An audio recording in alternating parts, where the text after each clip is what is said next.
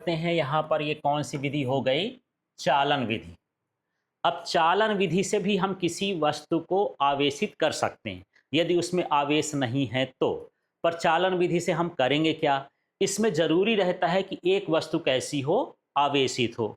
जैसे मान के चलो कि इस वस्तु में कोई आवेश नहीं है, इस वस्तु में कोई आवेश नहीं है। अब मैं इसको आवेशित करना चाहता हूँ, पर रगड़ना नहीं चाहता, इसको रगड़ना नहीं चाहता, तो मैं क्या करूँगा?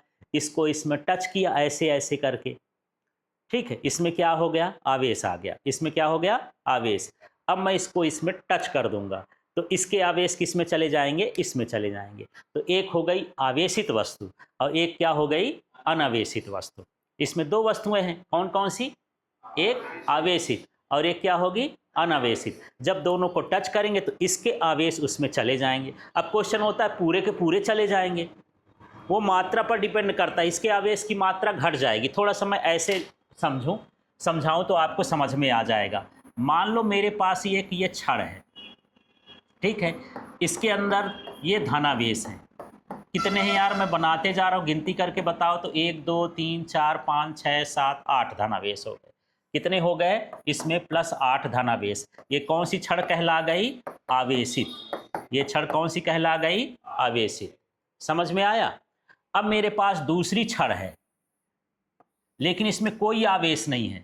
इस छड़ का नाम क्या होगा? अनावेशित। जिसमें कोई आवेश ना हो उसको क्या बोलेंगे? अनावेशित। अब मैं चाहता हूं कि ये आवेशित हो जाए, लेकिन मुझे रगड़ना नहीं है। कौन सा ऐसा तरीका हो सकता है कि इसको आवेशित कर दूं? तो मैं क्या करूंगा? इसको ले जाके इसमें टच करा दूंगा। छुआ दिया, टच करा दिया, है ना? जैसे टच कराऊंगा तो कुछ आवेश, जैसे मान लो ये 3 ठो आवेश इससे निकल करके इसमें चले गए, तो ये भी अब क्या हो गई? आवेशित हो गए। पर इसमें आवेश की मात्रा घटी की बढ़ी? घट गई। दूसरा हम देख रहे हैं कि दोनों में कैसे आवेश होते हैं? एक जैसे। यदि इसमें प्लस है तो इसमें भी प्लस ही आएगा, इसमें माइनस है तो इसमें भी माइनस ही आएगा। पिछले वाले घर्षण में हम देख रहे थे कि एक में प्लस आ रहा था, दूसरे में क्या हो रहा था? माइनस। अलग अलग आवेश आ रहे थे। चालन में क्या हो रहा है कि एक ही तरह के आवेश आते हैं, और वस्तु का आवेश क्या होता है? घटता है। उसमें आवेश घट रहा था क्या? नहीं घट रहा था। आप घिसते जाओ, यदि इसमें 10 धन आ गए हैं तो इसमें भी 10 ऋण आ जाएंगे। घटे क्या? बराबर हैं, विपरीत हैं, पर मात्रा उसकी घटती नहीं है। इसमें आवेशित वस्तु का आवेश क्या हो जाता है? घट जाता है। इस विधि को हम क्या कहते हैं? चालन। तो सीधे सीधे पढ़ देना है कि जब आवेशित वस्तु को अनावेशित वस्तु से संपर्क कराते हैं या स्पर्श कराते हैं, तो आवेशित वस्तु के आवेश अनावेशित वस्तु में चले जाते हैं। तो दोनों में समान प्रकार के आवेश होते हैं और आवेशित वस्तु का आवेश कम हो जाता है।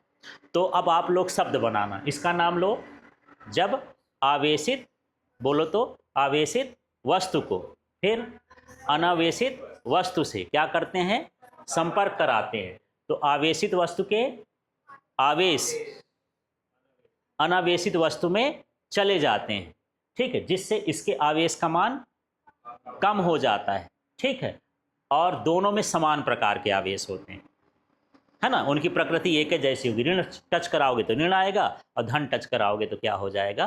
धन आ जाएगा। तो ये चालन विधि समझ में आ गई। तो इसको यही लिखेंगे, आवेशित वस्तु को अनावेशित वस्तु के संपर्क में रखने पर आवेश अनावेशित वस्तु में चले जाते हैं। आवेशित वस्तु का आवेश क्या हो जाता है? कम हो जाता है। और दोनों में सजातीय आवेश होते हैं। सजाती माने एक ही जैसे। यदि ऋण लाएंगे तो ऋण ऋण होगा, धन लाएंगे तो धन धन रहेगा।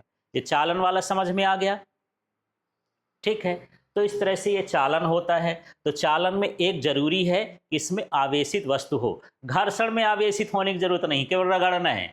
अनावेशित वस्तु दोनों रहती, ये भी अनावेशित है, ये भी अनावेशित है, दोनों अनावेशित है। इसमें क्या होना चाहिए? एक क्या हो? आवेशित, और दूसरा क्या हो? अनावेशित, ठीक है?